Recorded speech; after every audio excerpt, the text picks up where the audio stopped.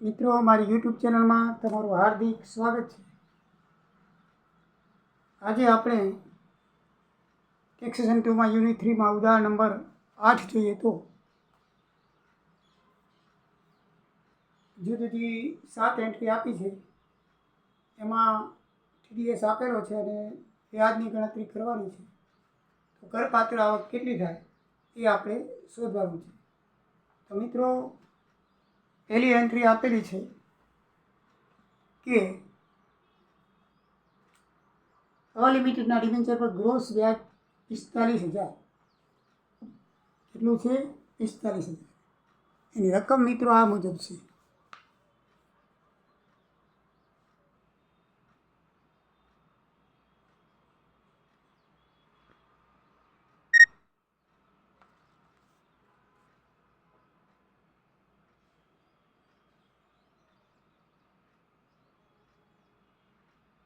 પહેલી એન્ટ્રી છે અલિમિટેડના ડિબેન્ચર પર ગ્રોસ વ્યાજ 45,000. બીજી એન્ટ્રી છે અલિમિટેડના નોંધાયેલા ડિબેન્ચર પર વ્યાજ TDSનો દર 10% 36,000. ત્રીજી એન્ટ્રી છે રિઝર્વ બેંક ઓફ ઇન્ડિયાના 5,08% કરમુક્ત રિલીઝ બોન્ડ્સ, એનું વ્યાજ 40,000. ચોથી એન્ટ્રી છે ઇન્ડસ્ટ્રીયલ ડેવલપમેન્ટ ઓફ ઇન્ડિયા IDBIના 4,08% મળેલી વ્યાજ TDS 10% 28,800.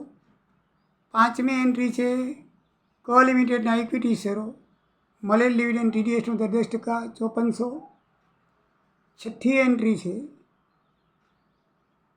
લિમિટેડના ઇક્વિટી શેર પર મળેલ TDS 10% 18,000 રૂપિયા.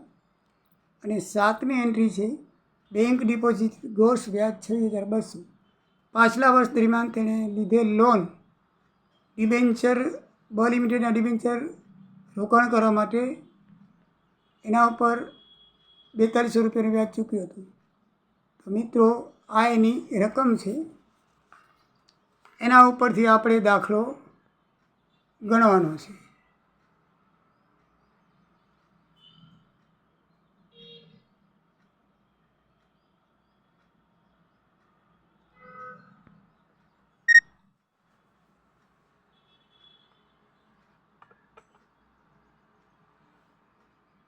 તો મિત્રો, એ દાખલો ગણીએ તો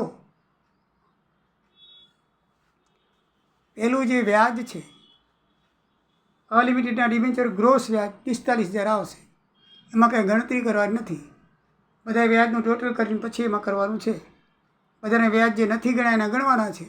બાકી ગણેલા છે એને કોઈ લખવાનું નથી, ડાયરેક્ટ સીધા લખી નાખવાના છે. તો પહેલાં તો અલિમિટેડના ડિબેન્ચરનું ગ્રોસ વ્યાજ આપી દીધેલું છે 45,000. બાકીનાનું આપણે શોધવું પડશે. લિમિટેડના નોંધાયેલા ડિબેન્ચર પર મળેલ TDS 10%નો છે. જ્યાં TDS આપેલો ને ત્યાં શોધવું પડે. એટલે આપણે રકમ ધારવી પડે કે ભાઈ 90 રૂપિયા આપણને મળે તો 100 રૂપિયા ગ્રોસ આવક કહેવાય. અને દાખલામાં જે રકમ આપી હોય એટલા રૂપિયા મળે તો ગ્રોસ આવક કેટલી? આમાં બધામાં ગ્રોસ આવક શોધીને લખવાની છે. જ્યાં જ્યાં મિત્રો TDS આપેલો ત્યાં ગ્રોસ આવક શોધવાની. એટલે કે મળેલ રકમને છે ને પદ માંડીએ એટલે 90 નીચે આવે, પહેલું પદ નીચે આવે, ઉપર 100 આવે. એટલે 100/90 ગુણી નાખો એટલે TDS 10% હોય છે. એટલે એ પ્રમાણે TDSનો દર ફિક્સ છે 10%. એટલે હંમેશા 100/90 વડે ગુણવાનું આવશે કે 90 રૂપિયા રકમ મળે તો 100% ગ્રોસ આવક. તો દાખલામાં જે રકમ દીધી હોય 36,000 કે જે મળે વ્યાજ, તો કેટલી ગ્રોસ આવક થાય? તો એ પ્રમાણે છેદ ઉડાડીને કરી કે કેલ્ક્યુલેટરમાં ગણો તો એ રકમ છે એ ગ્રોસ આવક તરીકે લખવાની થાય. બસ આ દાખલામાં એ જ કરવાનું છે.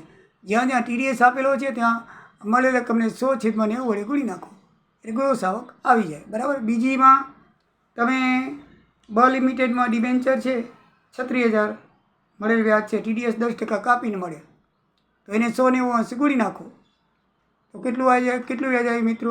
40,000. બરાબર છે. ત્રીજી એન્ટ્રી છે RBIના 8% કરમુક્ત રિલીફ બોન્ડનું વ્યાજ. વ્યાજ છે ને એ આપેલું છે, એમાં TDS કહેવાય પણ એ 10% છે ને એ કલમ 10 હેઠળ સંપૂર્ણ કરમુક્ત છે. એટલે એ રકમમાં લખાશે જેટલું વ્યાજ હોય કરમુક્ત કહેવાય. આપણે એની રકમ લખવી પડે પણ નીચે લખવું પડે કે કલમ 10 હેઠળ સંપૂર્ણ કરમુક્ત છે, એટલે કરપાત્રમાં આવે નહીં. ચોથીમાં IDBIના 8%ના બોન્ડ્સનું ગ્રોસ વ્યાજ આપણને 28,800 મળ્યું છે. તો એને 190 ગુણી નાખો એટલે 32,000 ગ્રોસ વ્યાજ થાય.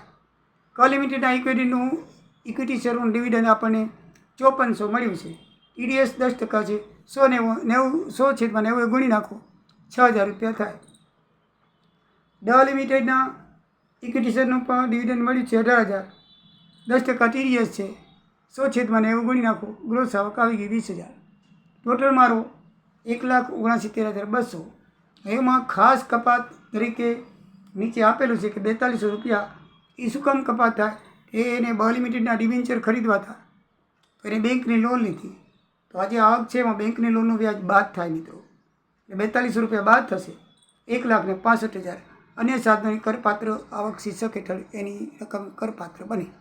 બરાબર મિત્રો, સમજણ પડી ગઈ? એકદમ ઇઝી ને સરળ છે. જ્યાં TDS આપેલું હોય ત્યાં 100/90 ગુણી નાખો ગ્રોસ આવક આવી જાય, અને ના આપેલો ત્યાં પૂરેપૂરી લખવાની. બરાબર? તો આવજો મિત્રો. જય દ્વારિકાધીશ, જય સ્વામિનારાયણ.